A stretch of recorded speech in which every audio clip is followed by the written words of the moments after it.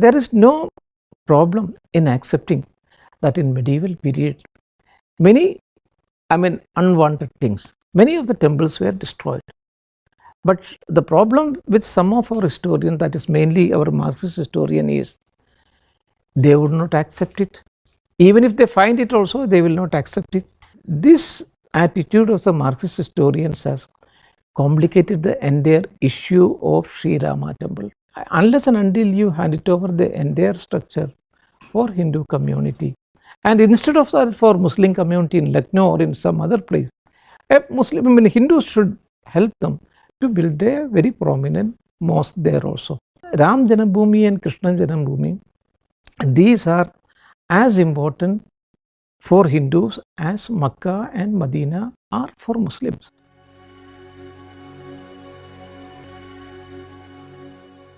So friends, at the outset, I would like to thank and congratulate Srijan Foundation for organizing talks like this one, because this expands your own comprehension about our own culture, of which perhaps we know much little. So we have to have this kind of talks, and we have to organize it, and it should reach the common people also. So today I am going to talk about the excavations at Ayodhya. And this excavation was carried out by Professor B.B. Lal, and I was a member of the team. And when I say I am a student of archaeology, I have got my own limitations. A student of archaeology, he is not a student of history. He is not a student of mythology. He is not a student of religion. He is not a student of philosophy. He is purely an archaeologist. And if he doesn't have any kind of evidences, he is not going to substantiate that one. So that is his limitations. So when an archaeologist, whether it is in Hinduism, Islam, Christianity, when he speaks on material facts. And whenever he goes to a place, and especially if it is a historical place, he goes to the place, he looks at the place, and what a historian sees, he has got his own limitation, because his view is not that way, it is not very penetrative. But an archaeologist, he could see through things, and if that is a potential area, he goes for excavation. And after the excavation, he comes out with certain substantive things. So he is in a position to put a tongue in each and every stone, in each and every brick, and each and every soil particles. He would be putting a tongue into each of this one, and they will talk to him in a tune and tone which is quite conversant to him and people of his side. So that is an archaeologist. So we have got religious people also, because while we were excavating at Ayodhya, it was mainly at two places. One was near the Ramjanam, just behind the Ramjanam, and the second was at Hanuman Gadi. So at Hanuman Gadi, because that since it was, there was a temple also, Hanuman's temple also, most of the people who are the monks, who are the sannyasis, they would come to us and ask so many questions. And their one question was, why are you excavating this place? So we would say that we just wanted to see the antiquity of the place. Then we would say, in between, if there is anything related to Ram, we will see that one also. So they were of the opinion that we would not be able to see, or we would not be able to locate Ram or anything associated with him, because he had lived lakhs and lakhs of years before. So that is the view of a religious man. But archaeology doesn't believe that Ram had, or even any other person had lived lakhs of years back, because for him the human evolution, right from ape, the next starting was 20 lakh years before. But that was, he calls it Australopithecus, because he could stand, earlier he was standing on four legs, but now he can stand erect. That is number one. And then he has got his opposing power of thumb, and the cranial capacity that was also expanding.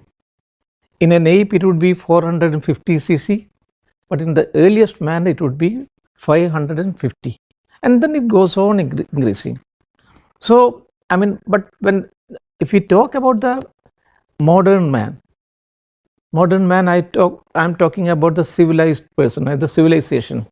So that is roughly around 3000, 3500 or 4000 BC, not beyond that one. So we have to place Ram somewhere in the historical period only, because whenever we talk about Ram and this one also Mahabharata period, Ramayana period, we have so many notions, and all of them were small stories, and some of them, many of these incidents had taken place, and after this one there will be so many oriental hyperboles, and also florid exaggerations would be there. So an archaeologist and a historian would say, no, these are all cock and bull stories. But what an archaeologist says is, no, it's not cock and bull story. There is a kernel of truth in all these things. But at the same time, we'll have to remove that exaggerated portion. There is a kernel of truth in all these things. We'll have to remove that exaggerated, the things from that one. And then you look at the core part of it. That is an archaeologist's view. And about Pushpak Vimana also, we say that we had Pushpak Vimana, but an archaeologist would not contribute to that theory that we had Pushpak Vimana. An archaeologist would not contribute to that theory of we had that kind of, we knew surgery, and Ganeshji is the best example of it. An archaeologist would not say. So what I am saying is, I have got my own limitations, and the first excavation in this portion, about these things, it was carried out by Professor B.B. Lal. You all know about Professor B.B. Lal. And before that, in 1870, one German archaeologist, his name is Henry Schliemann, he had excavated Hisarlik, that is the city of Troy. And after, we have Mahabharata and Ramayana, and Greek people, they have got this one, Iliad and Odyssey, and Gilgamesh is there for the Mesopotamian people, Rustam and Sohrab is for the Persian people. So there are so many mythologies. But this man, Henrik Schliemann, he was able to locate the Troy of this one, Hisarlik, in 1870. And he followed the description given by Homer, and on the basis of that, he went and excavated that Troy, city of Troy, and then he was able to excavate it, and then he could get all the material cultures which was described in Homer. So excavation, linking their heritage with our mythology started from there. Then came up the biblical archaeology. In Bible, we have got so many great prophets like Abraham, Moses, and then we have got this one, Jacob. Many prophets are there, Solomon, David, all these people were there. So following on the lines of this man, that is Henrik Schliemann, some of the American archaeologists also, and some of the Israelist archaeologists also, they depended on this one Old Testament and also New Testament, and then they started excavating it. So they also got so many things which was related to this one, that is Old Testament and New Testament. And then they went on saying, whatever has been described in Bible, that is accurate. But later on, some other archaeologists came and they said, no, everything is not perfect, everything is not correct. Especially about the Exodus of Moses, they said everything is not correct, then Moses' Exodus is not there, and many other things they started pointing out. So a correction came and a balance also came. It was, against this background, in 1947 onwards, a lot of excavations were being carried out in India also, and Professor B.B. Lal, he excavated the famous, in 1955, he excavated the famous Hastinapura. So we'll just go to that Hastinapura. This is, as you know, Professor B.B. Lal. He went to so many sites related with archaeology and also with Mahabharata. So in Mahabharata, of course, we have the classical sites. One is Hastinapur, second is Kurukshetra, and many other sites also. But there are 5 villages which was mentioned because they just wanted to avoid any kind of war between the two groups. So how to avoid it? The question is that some of the places should be handed over to Pandavas. So which are those places? We all know Panipat, Tilpat, Bagpat, Sonipat, and the 5 villages that should be given to them. And our Indrapat is of course here only. So in all these places, at the lowest level, he got a pottery which he named as PGW, that is painted graveware, PGW. I'll show you the photographs also. And then that was at Hastinapura. Then he went to Tilpat, Bagpat, Sonipat, and all the places associated with Mahabharata. There also, at the lowest level, this was the pottery, PGW, painted graveware pottery. And then he just wanted to correlate some of the things which was mentioned in Bhagavad Purana and in Vayu Purana with the archaeological excavations at this place, Hastinapura. What are those things? We'll just see. Hastinapura is here, Barnava is there, Bagpat, Tilpat, Delhi, Indrapat, Sonpat, all these things. All of them are between Ganga and Yamuna. And we have 2 other rivers, that is Saraswati and Drishatwati. All this land between Saraswati, Drishatwati, Ganga, Yamuna, this is known as Brahmadesha or Aryavarta and Aryadesha also. So in this land, it was of course ruled by Pandavas, and this is said, this is the land which was created by gods. Tam deva nirmitam desham brahmavartam prachakshate. This land has been created by gods themselves, and because of that, nothing untoward, nothing illegal should take place this place. Na vartidavyam tada dharma bandho dharmena nityena cha vartidavye. O adharma bandhu, you don't stay here. This is not the land meant for you. This land has been created by gods and goddesses by doing penance for several years. So this is a very sacred land. And we have the Ayodhya also here and Hastinapura also here in this particular land. And river Ganga, of course, the river Ganga is for the first time mentioned in Rig Veda. Imam me Gange, Yamune, Saraswati, Shutudri, Soma, all the 7 rivers have been mentioned. So this is a very holy land. So this is Hastinapur, the place located by Professor B.B. Lal. So whenever an archaeologist goes, I told you that whenever there is a historical land, an archaeologist would go to the tallest portion. Why the tallest portion? Because there you will be having so many civilizations. These are not simple mounds. These are layers and layers of civilization. One civilization that crumbled, then another civilization came over that one, that also crumbled, then 3rd civilization, 4th civilization, 5th civilization. It goes on like this one. And here we have got our pottery art. Whenever we get the top portion, that represents the present day. And the first layer beneath that one, that of course would be British layer. Then beneath that one, Mughal layer, then Sultanate layer, then Rajput layer, then Harsha, Gupta, Kushan, Sung, it goes on like that one, then Ashoka Maurya period. It is like that one. So here also you have got layers and layers of the civilization. So Professor B.B. Lal excavated, and at the lowest level, he got that particular pottery which has not been named till that time. So he named it as PGW, painted graveware pottery. And in all these places, so he came to the conclusion, a kind of presumption, not the conclusion, a kind of presumption that this would be the pottery which is associated with Mahabharata people, because all these places have been mentioned in Mahabharata. So it was here he had excavated this portion. So in Mahabharata and in this one and Vayu Purana, there is a reference of a flood.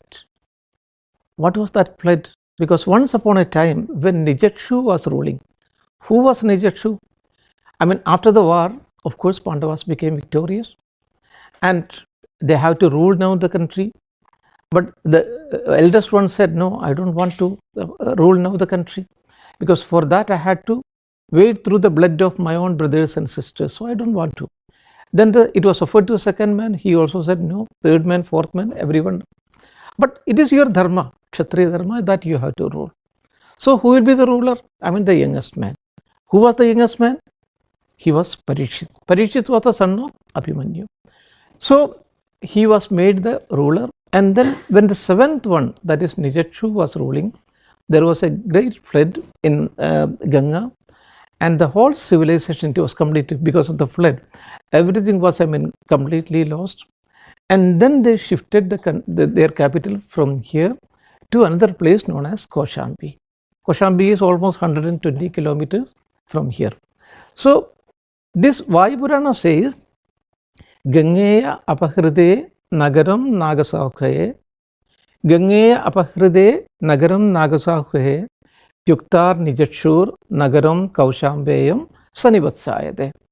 So when the great flood occurred, the entire population, they migrated from here as refugees into this one Kaushambi, Kaushambeyam Sanivatsayade, and then they rehabilitated that area. So while Professor Bibilal Saab was excavating it here he got that particular pottery. This is known as PGW, that is painted graveware pottery. Its color is grey, and here you can see that painting is, and this pottery is available in all the places that have been mentioned in Mahabharata. He got many pieces like this one, and this is the typical painting, not only painting, and you can find this kind of this one, I mean carvings also. This you can see the carving. So this is what I said, and he got a flood line here. Just look at it. This is very obvious that this was a flood line. And then, because an archaeologist, I mean, simply by seeing he will not say. He has to test it, because the soil has to be taken from here and it should be sent to the lab, and then they should give a verdict. No, this is not this is a flood material. So then it was, I mean, tested like that one, and they also gave the opinion this is flood material. So he correlated that one, that is this one from the Vayu Purana, Gangeya apahride nagaram nagaswahe Tyuktar Nijachur nagaram Kaushambeyam Sanivasayade, with this one. So this is how we came to the conclusion that this was that flood which was mentioned, and this is how he correlated with Mahabharata also. And then he got a number of iron tools from here. Till that time we were having that bronze culture. So bronze is not a very good material, it is not a very hard material. If you are having simply bronze, you will not be able to clean your forest, you will not be able to cut out huge stones. But once you have iron deposit, once you develop this kind of iron technology, then you will be able to do so many things which you were not able to do till that time. And Krishna's Sudarshan Chakra was such a tool, because it would create havoc with all kinds of enemies. And in Mathura and in Fatehpur Sikri, in those parts, and also another part was Bihar. If you go to Rajgir, if you go to Bodh Gaya and all these places, you have a very good deposit of iron. So it was on the basis, that is why, I mean, the second urbanization takes place in Rajgir and in Samastipur and in all those areas. So he correlated with that one also. And then you have that kind of iron tools. This is the first kind of iron tools, and after this one discovery or development of the iron, a kind of technology developed. Technology changed the human situations also. They started, clearing the forest at a very large scale, and then the irrigation also started. That gave rise to the second urbanization. So this was how Professor Lal Saab had correlated the textual material with our archaeological evidences. And he also got a number of ring wells like this one. These are not wells actually. These are all part of the town planning, because whatever sewage is coming, that will go through this one. But it has been erroneously named as this one ring wells. So he got a number of things like this one. So whenever, again, I should caution you, whenever we handle this, our mythology, we have to be very cautious. As I told you, that there will be so many exaggeration. So you should be ready for that one. You should be ready to accept it from, especially from an archaeologist, because others can say anything. A religious person can say, no, Ram was 1 lakh years before, 2 lakh years before, we had that Pushpaka Vimana, or we had that, we knew that surgery, all these things. Other religious people and other people can also say. But an archaeologist, he might be a religious person, but in the context of archaeology, he would not go with that kind of argument. Even our Mahabharata, it was initially, it was 8,000 verses. Then at that time it was known as Jaya. Then it became 24,000 verses. Now we have got more than 1 lakh. So this is, we all know the story of Arjuna, and he is looking, this one, Draupadi is of course going to marry him with the garlands, because he was very successful. This is of course a late painting of Akbar's time, because Akbar was taking a lot of interest in all these things. He wanted to create, he wanted to bring both Hindus, Muslim, Christians, all of them into one single unit. And for that, we all know that he had set up that Ibadat Khana, where he had invited people from Hindu, Muslim, Christian, Buddhist, Jews, Jain, and ultimately he evolved a new religion known as Deen-e-Ilahi. So he wanted, Muslims should also know about the Hindu mythology. For that, not only this one, it is known as the Rasmunama, and even Ramayana was also, it was translated, and the translation was given to some of the very good Persian scholars. And then he also, in order to make them easy to understand, he made paintings like this one. So this is an Akbari painting. Here again you can see that this one, they are going to for Vanavasa, and Draupadi's humiliation, that particular scene has been depicted here. And here you have got that Pachisi game. Of course we know that game was played with this one, and this is the discovery of Professor B.B. Lal at Hastinapura. Because this again, because this may look very simple for an ordinary man, but for an archaeologist it is pregnant with a lot of meaning. And because you are excavating this particular place at the context of the Hastinapura, and in Hastinapura, whenever it comes out from Hastinapura, at that particular level, it is pregnant with a lot of meaning. And again we had another very top archaeologist. Of course he is known as Professor S.R. Rao, and he was not only a land archaeologist, but he was a pioneer who introduced that marine archaeology in India, because he also wanted to see what is the condition of our mythology and how far it is correct. Professor B.B. Lal was doing the work here, and he wanted to see what is the condition of our Dwaraka, the mythical Dwaraka. And many archaeologists like Professor Sangalya, he excavated on the land portion, and the antiquity, after the excavation, the antiquity of the place went only up to 1st century BC. So that was a problem, because Professor Lal had dated it to 1000, that is 1000 BC, and it is almost contemporary. And the dating of Professor Sangalya was only 100 BC. So what about that? There is a gap of almost 1000 years. And then what Professor S.R. Rao did is, he said, no, we'll have to go and excavate it in the ocean itself. And at that time there was no marine archaeologist in India.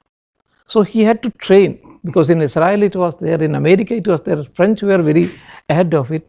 So he had to have a kind of, he trained people from oceanography department of Goa, and then these people should be very expert, and then he excavated Dwaraka, and finally he was able to locate a city which goes again back to 1200 BC, and it is thus he could prove that it was almost contemporary, because he got a number of things,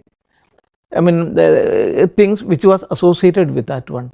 And Professor Alok Tripathi, and I had also accompanied him for that work, and it was a kind of training at various places. So an archaeologist, he has to go down, because and he has to see things also, and he has to feel it with his own hand. Otherwise, just by the description in the literature, he is not going to accept. So it was a team by this one Professor S.R. Rao who had located the city. They went into the sea, and that too on the basis of the certain data provided by Oceanographic Department of Goa. They said that this one 10,000 years back, the ocean was of course very inside. At that time the city was there, and it was very much inside, and then the city was there. So it was at a depth of 30 meters. Our divers had to dive at a depth of 30 meters, and then they were able to locate a city which is almost 2 kilometers into 4 kilometers. And you have the seal, because this kind of seal, these are Mesopotamian seals. This Mesopotamian seal he was able to excavate it from Dwaraka. So this gives you a very good definite dating, 1200 BC. Earlier we did not know, I'm talking about before 1927, we did not know that our heritage goes back to a period of Harappa, Mohenjo-daro and other places, because we thought that our heritage goes back only up to 4th century BC. 4th century BC means Buddha's period, and what was beyond that one, nobody knew.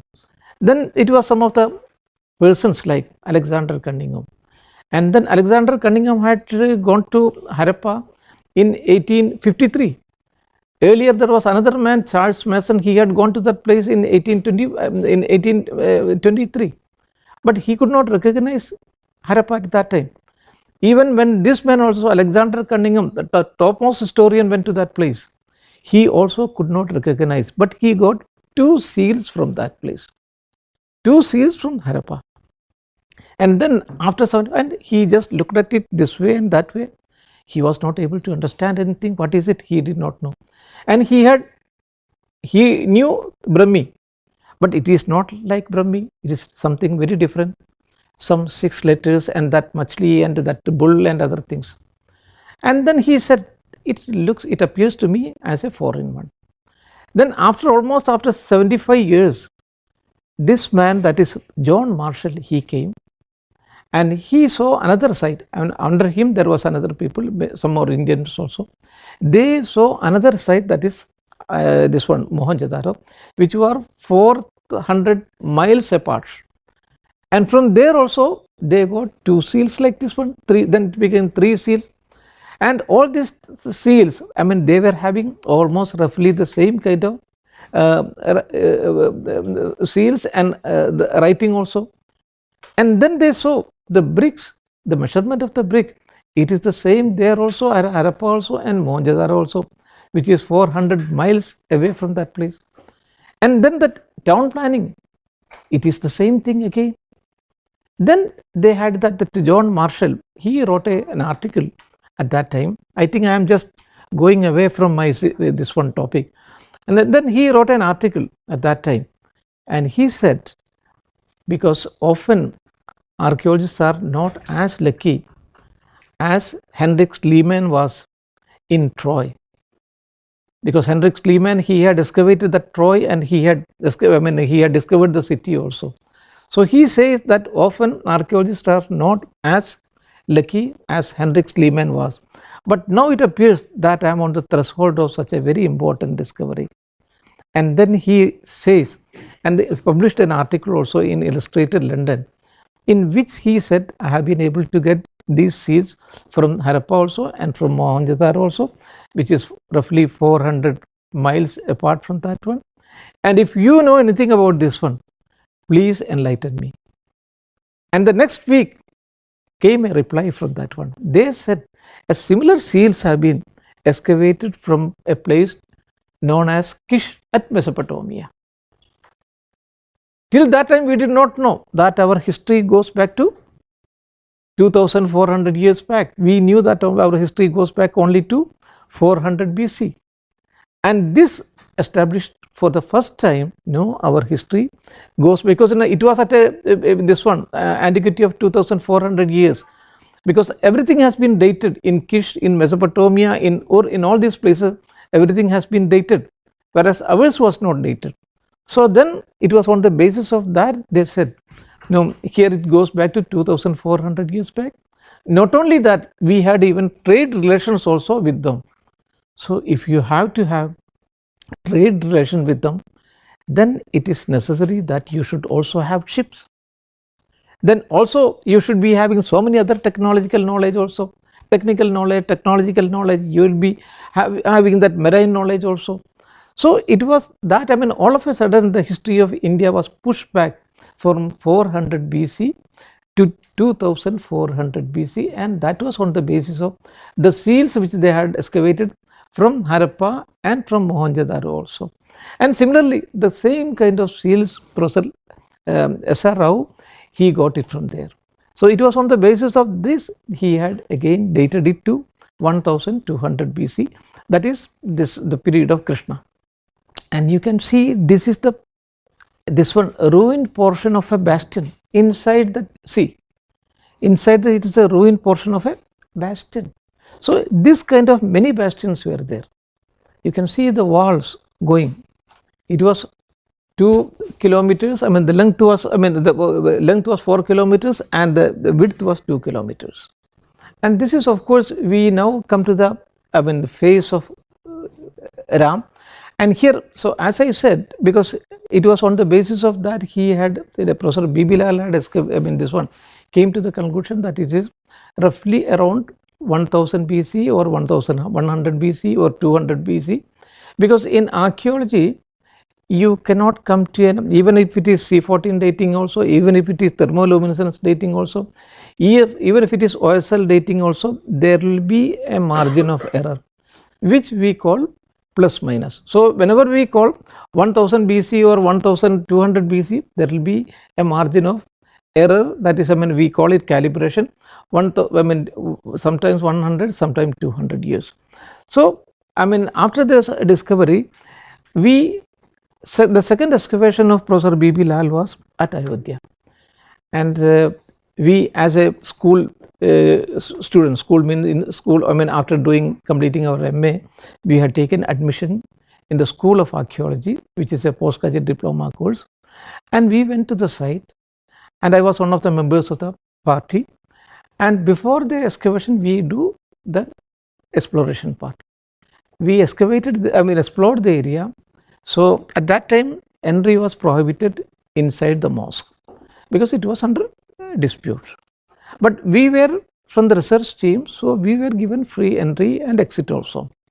I went into the site and I saw inside the mosque there were 12 pillars of temple pillars at that time.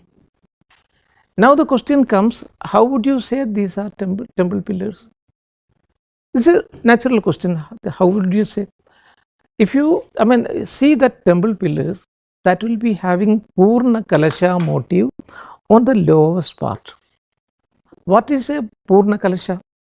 Purna Kalasha is a vase or a pitcher from which foliation would be coming out.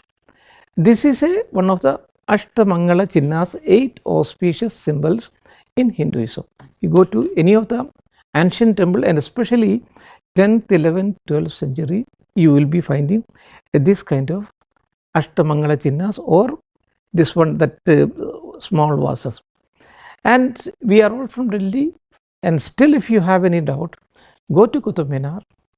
Near Qutub Minar you have a mosque known as Quwwatul Islam Masjid, and there is inscription also in Arabic which says that 27 temples were destroyed for constructing this particular mosque, that is Quwwatul Islam, which is the might of Islam. And there is a description, just in front of it is in Arabic. There is a book known as Tajul Masir. It is written by a contemporary historian, Hassan Nizami, in which he also says that 27 temples, mostly Jain temples, were destroyed for constructing this one. And look at the pillars of that place. There you will be able to see this Purna Kalashas. Not 1, 2, 10, 15. You will be finding in abundance. Similarly, you will be finding this kind of things also. This one. This one, Devi Devdas. You can find Ganeshji there. You can find Vishnu there. You can find Shiva there. And you will be finding a number of gods and goddesses also. And sometimes this Bharavahagas, all of them will be looking at you from the ceilings. So there is no problem in accepting that in medieval period, many unwanted things, many of the temples were destroyed. But the problem with some of our historians, that is mainly our Marxist historian, is they would not accept it. Even if they find it also, they will not accept it.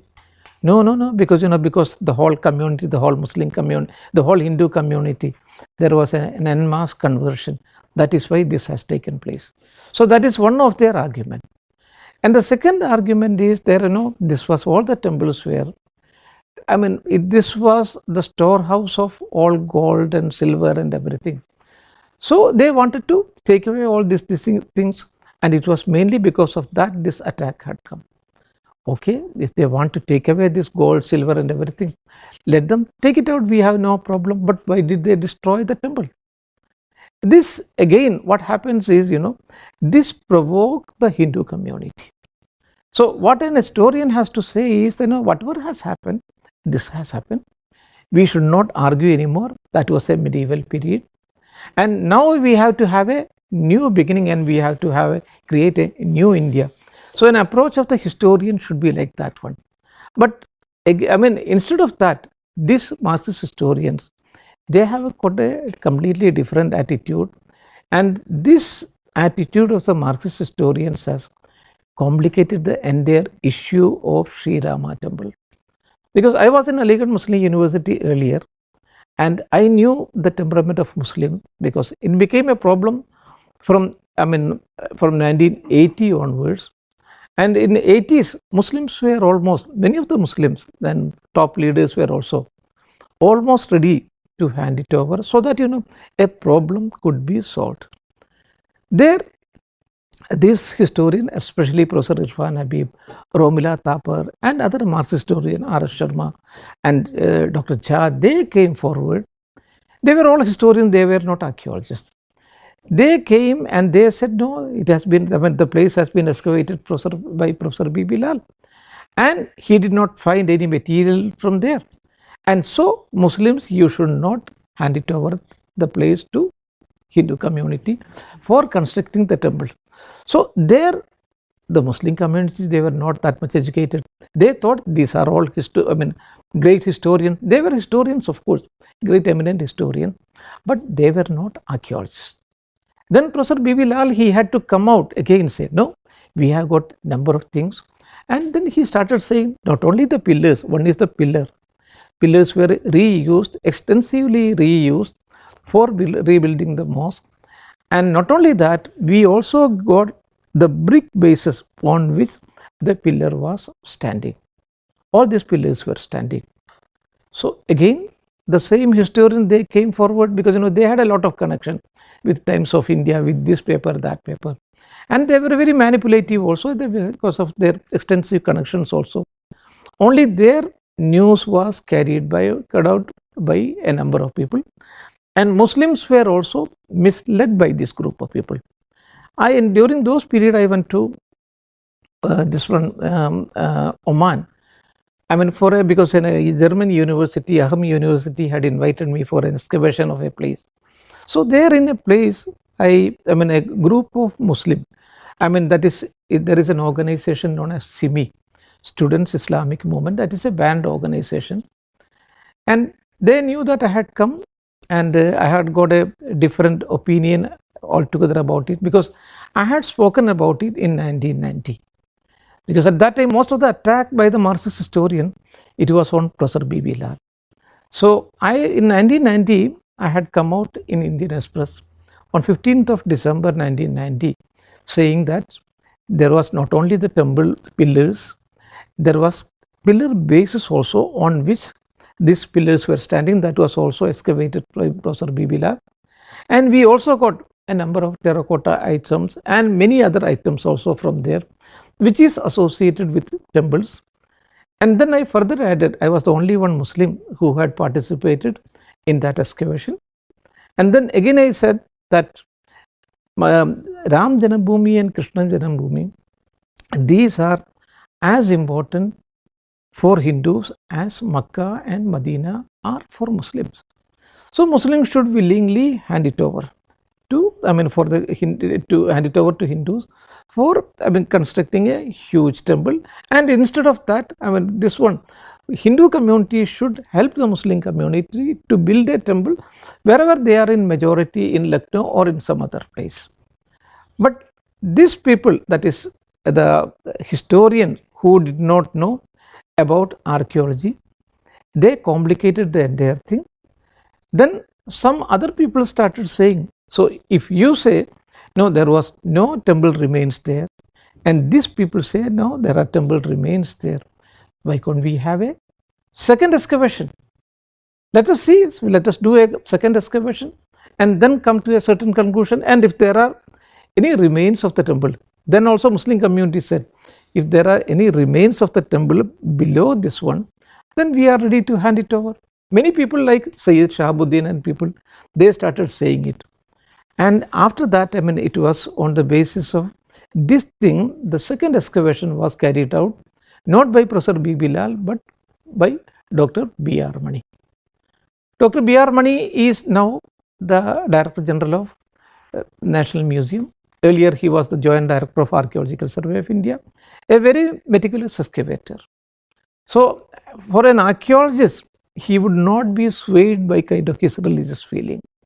So when he excavated, we had got only 12 pillars, and now he got more than 50 pillar bases.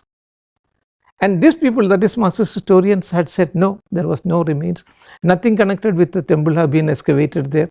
And this mosque is standing on virgin soil. That was their stand at that time.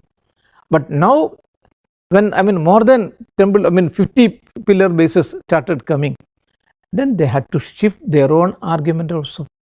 So that was number one thing. So that means 50 pillars means it was a huge temple, a very huge temple. And then the excavation, that is Professor Dr. Mani's excavation, that yielded this Magar Pranali. What is a Magar Pranali?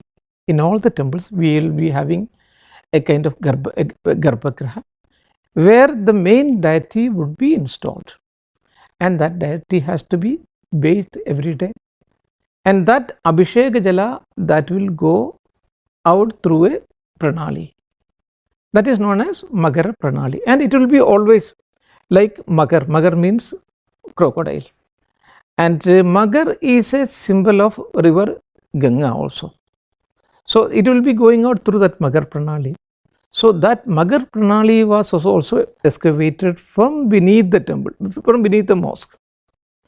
So this Magar Pranali, you cannot get it in a residential area. You cannot get it in a bazaar area also. It would be exclusively part and parcel of a temple only. So that was excavated from there. And then in North Indian temples, you will be having, on the top of it, just below the Kalasha, you will be having a disc portion. And this disc portion was also excavated from below the mosque, which means, there was a huge temple at that time. Otherwise, you will not be having the temple architectural members.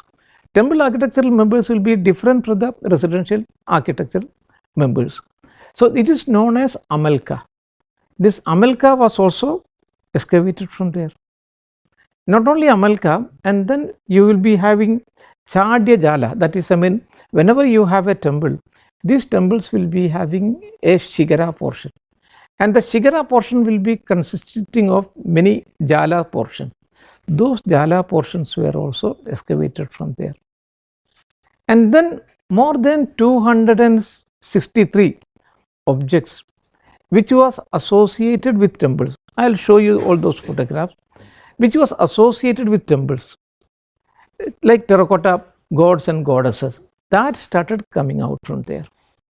This, if it is a mosque portion, you will not be having any kind of this one living creatures there, because living creatures, worship of living creatures, or even depiction of living creatures, that is prohibited in Islam.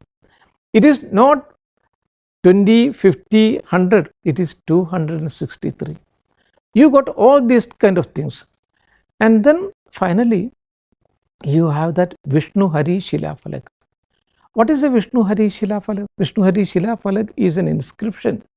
It was not excavated. It was when the temple was, when the mosque was destroyed. We are against destroying any monument. As an archaeologist, even if it was a mosque and it was an illegally built mosque, as an archaeologist, I am against destroying this kind of monuments. So, but anyhow, that had taken place, and from at that time, inscription was also, this one obtained from there, and that inscription consists of 20 lines, in which it very clearly says that this particular temple, this huge temple, that was built for the man who had defeated Bali and also defeated 10-headed person. Who is that man who had defeated this 10-headed person? Of course, it was Sri Ram. So all these things goes to prove that there was a huge temple below the mosque before the coming of the Babur, and this was what we could excavate from there. And it was on the basis of this discoveries, Archaeological Survey of India, Dr. Mani, he had submitted a report. Yes, there was a huge temple there before the coming of the masjid, and on the basis of that, the Allahabad High Court also took a very reasonable decision. But of course, reasonable in the sense, if you are handing over, but now what is the final solution? Solution, their solution was 2 portions were given to Hindu organization and 1 portion was given to a Muslim organization. Of course, that is not going to solve the problem. You have to finally solve the problem, because unless and until you hand it over the entire structure for Hindu community, and instead of that for Muslim community in Lucknow or in some other place, a Muslim, Hindus should help them to build a very prominent mosque there also. So, but all these things, this was, all these kinds of attempts, a kind of reconciliation attempts, it was thwarted. It was, of course, it was by this Marxist historian. Even now, because they have been shifting their own opinion also. When they got this inscription, initially this one, the reaction of Dr. This one, Irfan Habib was that this was a plant. This was not an actual one, but it was planted by some group of people.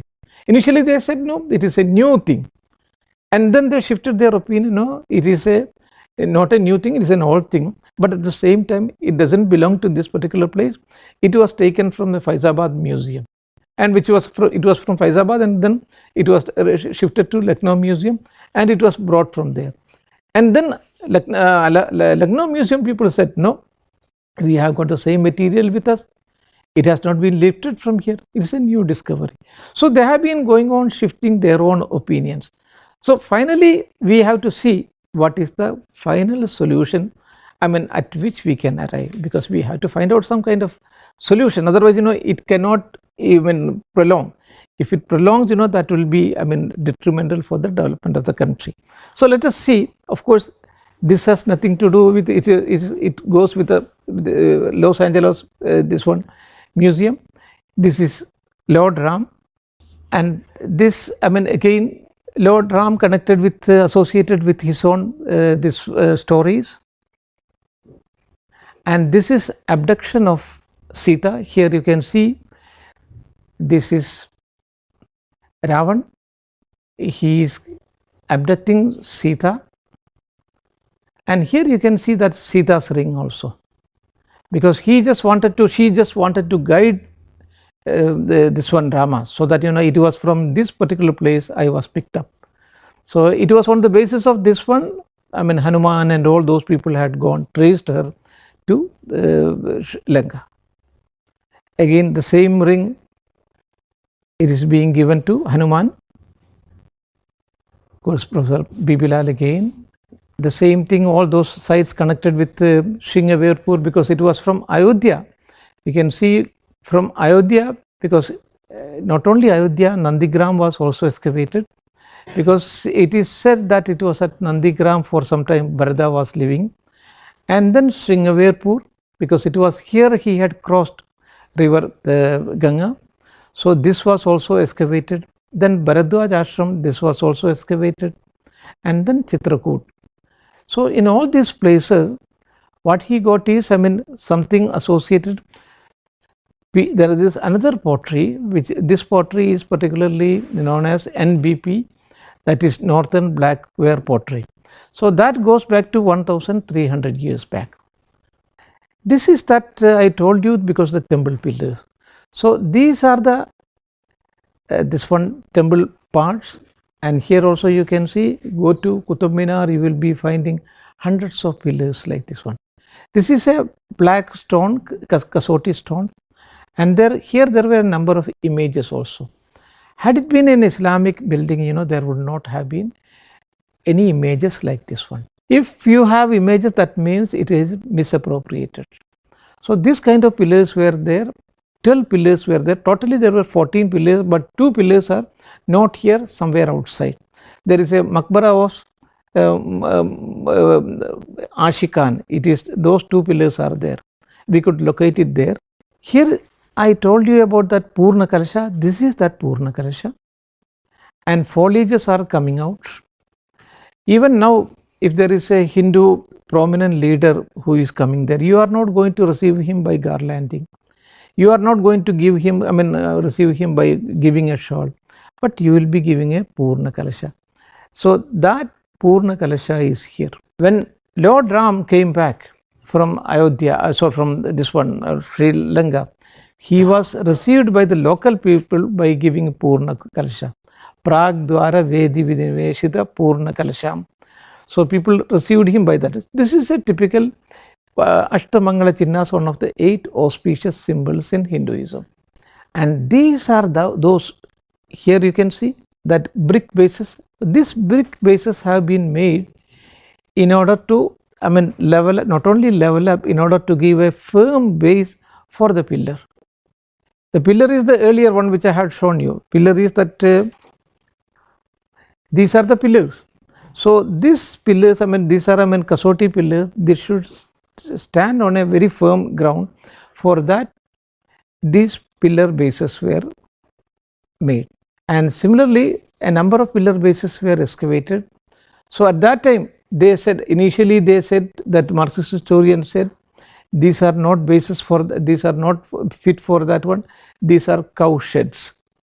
One group of Marxist historians said. Then there was one archaeologist, Suraj Ban, in those groups. He said, no, these are the pillar bases itself. So there is a discrepancy and there is a difference of opinion even among themselves, because some people will say, no, what they have excavated below the mosque was, some would say, no, it is this one Muslim structure, some would say, no, it is a Buddhist structure, and some would say it is a Jain structure. There is a discrepancy among themselves. So these kinds of pillars were excavated, and pillar bases were excavated. It was on the basis of which I had given that my statement in 1990 that many temple bases, pillar bases were excavated by Professor Bibilal at that time. But they did not accept it. The Marxist historians did not accept it. So the second excavation was carried out, and in the second excavation more than 50 pillars were excavated, proving them wrong. And similarly, Sharmaji, I think Sharmaji, you had participated in this excavation, in the earlier excavation. Yes, there is another, very important figure who had excavated with Professor Bibila, who had, shared, with him in various excavations. So he was there, and in the second excavation you were there with Professor. 80, yeah. Yes. And here also again, we got a number of things like this one, which was for this a pillar to stand, and that this one, just below the mosque there was a wall also, and this wall was the temple wall. But they would say no, these are not the temple walls. One would say, one of this Marxist historian would say it is a mosque wall, and second one would say no, this is a Buddhist wall, and the third one would say it is a Jain wall. They are not sure about themselves. And this is of course a diagram which was made by India today, and what are the places which they had excavated at various places, and what are the material which they have got, because all these places where they got the pillar bases were excavated, which means this was a very huge temple, a number of things also. And there was an apsidal temple also. This is not a kind of apsidal temple or a circular temple, because that circular temples would be, even now if you go to Bihar, there is a temple known as Maniyar Mutt, and some of the circular temples were there. That was also beneath this one, beneath the mosque. And this is a profusely ornamental lady of the Sunga period. Had it been a mosque, you would not have got figures like this one. This is only in temples. Sometimes if you have got certain mannat, some kind of your wishes, if you are getting it fulfilled, you will be dedicating such things even now in temples. So you have this kind of profusely ornamental ladies and other things, and this is such things were excavated from there in profusion. Again another figure, it is a Gupta period figure. Had it been a mosque, why should they have this kind of sculptures?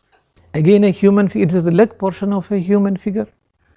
Had it been a mosque, there was no relevance of in a mosque of having this kind of figures, because any kind of depiction, even the painting is also haram, that is prohibited in Islam. But here you are having a number of idols like this one. This is the breast portion, and this is the uttariya, that is the upper vastra of a person.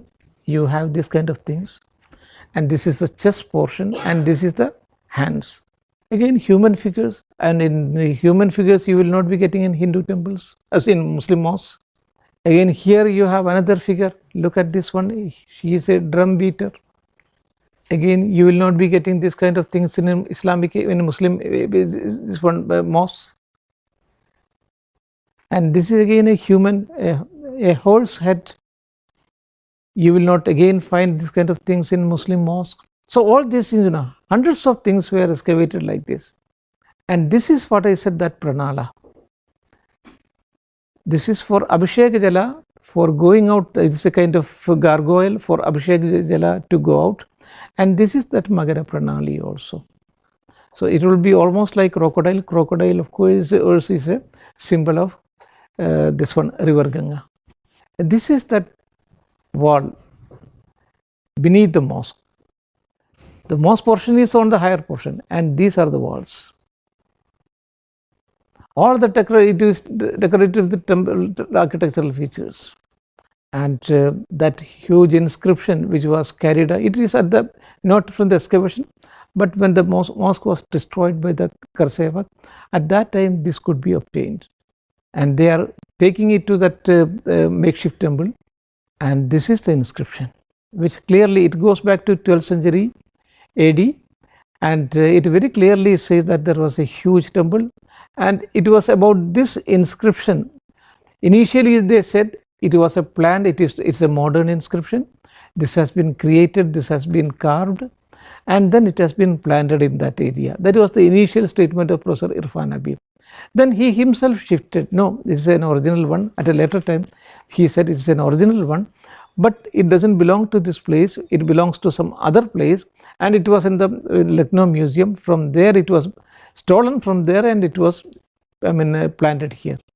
But then the Lucknow museum said no, whatever we had, we have got it even now with us, and then at numbering etc., everything was correct also. So again they had to shift their own opinion, and this is another inscription, that is Thakurwadi inscription. So all this goes to say that there was a huge temple, and as I said earlier, it is as important for Hindus as Makkah and Medina are for Muslims. So Hindus, this one, Muslims should willingly hand it over. I had a lot of discussion, even yesterday I was in Dubai, there also I had a lot of discussion with the Muslim community, and before that at various places, So Muslim as a group, they are, I'm not talking about the leadership, but Muslim as a whole, they are ready to hand it over. But it's only this Marxist historian and some few Muslim leadership that is creating this problem. I had a lot of discussion. I simply asked them one question. After a lot of discussion, because it is a kind of discussion, they will be having their own opinion also. I said that this, after the partition of the country, Muslims were given a separate state, a Pakistan was given. And after that, Hindus could have, of course, they could have made it a Hindu state. It was very easy at that time. But Gandhiji, Nehruji, Patel, these were some of the illustrious leaders of those times. They did not convert it into a Hindu, this one country. Then I asked them a pointed question. Do you think if India was a Muslim majority country, do you think India would ever have been a secular country? This was a very pointed question to some of the, this one, very vocal Muslim community. This SIMI is a very vocal Muslim community organization. I asked them. Then they said, no, why don't you, what you have said is correct, because had it been a Muslim majority country, India would never have been a secular country. So they themselves accept it. But now the thing is, but this we should not allow the Marxist historian to meddle with it. If they are, in between, then again they would be creating this problem. So that initiative should have been taken by the government of India. Of course, then another argument of these historians were that it became a problem only from 1857. Before that, 57, 58. Before that, it was not a problem. It was not known as Ayodhya. But here, this is from this one, from Ayodhya Mahatmyam. Ayodhya Mahatmyam was written in 1034, and in which it speaks about Ayodhya also, and it's this about Sarayu river also. But if you talk to this Marxist historian, they would say no, there is no mention about it. Ayodhya before 1857. This is John Dillit. John Dillit was, he had come, he was a Dutch factory man, and he was an ambassador also. He had come to India in 1631. 1631 was the death year of Mumtaz Mahal, the construction of Taj Mahal. He had come to India and he has given a description of Agra, Delhi and various other places also.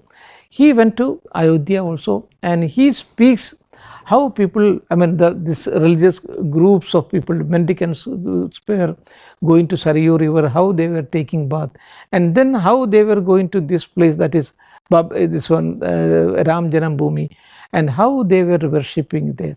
They don't speak about that Muslims offering prayer there now. All of them, all these people, that is John Dillit, he was not a VHP man.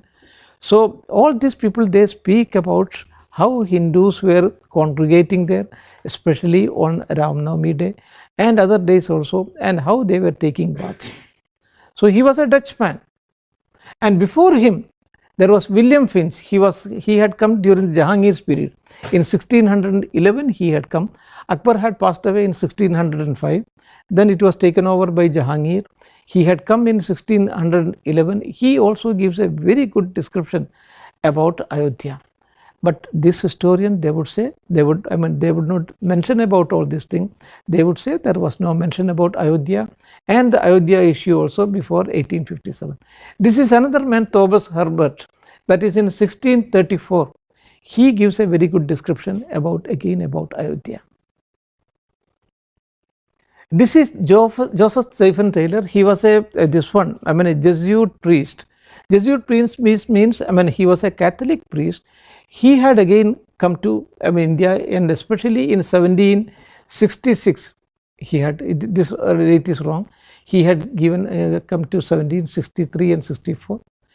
He went to the place. He saw, hundreds of Hindus going there, worshipping at this place. And then also he says that people are going to Sarayu river, and then they have a lot of description about that place. And he also doesn't mention about the Muslim worship at this place. Then the French scholar Montero Leboeuf, he had come to here in 1801. Again the description is about Ramjanambhomi, not about Babari Masjid. And then the complaint, the first complaint was of course by Sayyid Muhammad Khatib, and he gives the Masjid-e-Janamstan. Janamstan means, because even the Muslims themselves were acknowledging it as Janamstan of Lord Ram.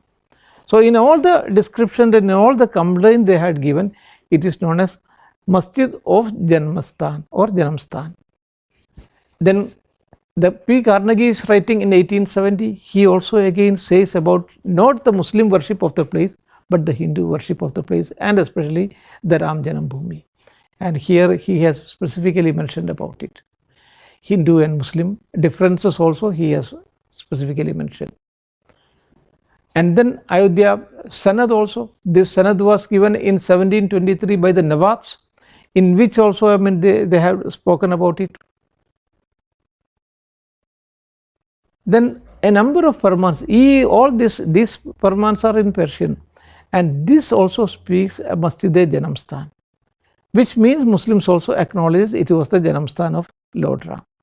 Here the first Mughal, that is the Akbar, he had given that land of Hanumangadi to a group of people, a group of Hindu sannyasis, and in which also the same thing is mentioned. And this is Akbar's Ramsiya coins. Here you can see Lord Ram with his arrow and followed by Sita. This is known as Ilahi collection. Ilahi collection of Akbar. Of course, this is an Alangiri mosque. There was an issue for this Alangiri mosque also, because it was handed over to Hanumangadi.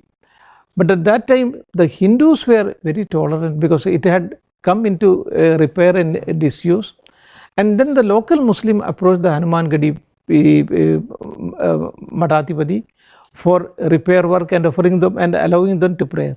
So what the Matathipati did is, not only he said that you can worship in this mosque, but also the repairing charges will be borne by us, that is the Hanumangadi temple. So that is the large heartedness of Hinduism. So Muslims should understand all these things and willingly hand it over the place in order to help the country to develop. And all these are sanads and also firmans issued by various kings, and all of them speaks very specifically about Masjid-e-Janamstan only. So that is the crux of the story, and the excavation proves it beyond any kind of doubt that there was a temple before that one. But now the question comes whether it was a temple of Rama's time. Of course, archaeology has not been able to find any kind of answer. There again, archaeology is very correct, because we have not been able to find any temple of Rama's time, because it should be, if this one Hastinapura is, or if Mahabharata is dated to 1000 BC, Rama is before that one, so it should be 1200 BC. The excavation has proved that the antiquity of the place goes up to 1300 BC. But at that time, whether there was any temple associated with Lord Ram, we have not been able to find. But at the same time, beneath this one, there was a temple, and it was for a long time, right from the period of 3rd century BC, continuously this was considered as a holy land associated with Lord Ram. So on the basis of all these things, the Archaeological Survey of India had come to the conclusion that there was a big temple before the construction of the mosque. And then Allahabad court came to the conclusion that we accept the opinion of Archaeological Survey of India, and it was on the basis of that that the judgment was handed over by this one judicial group. But now the question is whether that is going to solve the problem.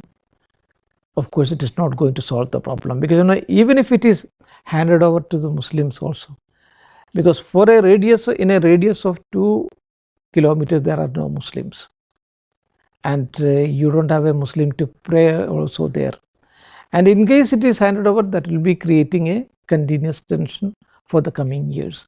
So in order to avoid that one, the best solution would be, number one, you keep away this kind of Marxist historian, have a kind of dialogue with the Muslim community, with the general public, and then hand over the full place, the entire thing, to Hindus for the construction of the temple. And instead of that, you give a proper, Hindus should help Muslims to construct a huge temple, a huge masjid in Lucknow or in some of the other places. So that is the only solution appears to me for the time being. Otherwise there is no other solution for the problem. Otherwise it will go on, this problem will continue to bother us. So thank you all, thank you very much for a patient hearing.